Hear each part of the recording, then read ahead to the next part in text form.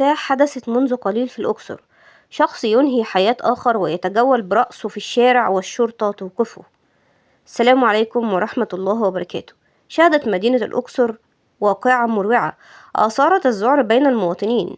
أقدم شاب على قتل شخص وقطع رأسه، ثم سار بها في أحد الشوارع وسط المدينة أمام المرة في مشهد صادم. تلقت الأجهزة الأمنية بمديرية أمن الأقصر بلاغا بقتل شخص وفصل رأسه. انتقل رجال الشرطة على الفور. تم القبض على الشاب في موقع الحادث، وتم نقل الجثة إلى مشرحة مستشفى الكرنك الدولي.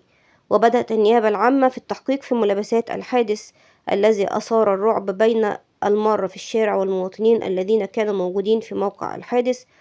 قتل الرجل الموظف حجاج وقام بفصل رأسه، ولم يكتفي بذلك، قام بشرب دمه، وقام بكتابة على الجدران بالدم بتاع عم حجاج.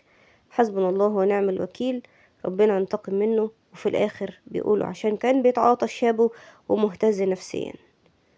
ربنا ينتقم من كل ظالم، اللهم أمين. يعني موتة صعبة جدا، ربنا يصبر ذويه، اللهم أمين، ويرحمه ويجعله من أهل الجنة، اللهم أمين يا رب العالمين. ويكفينا وإياكم شر فواجع الدهر. السلام عليكم.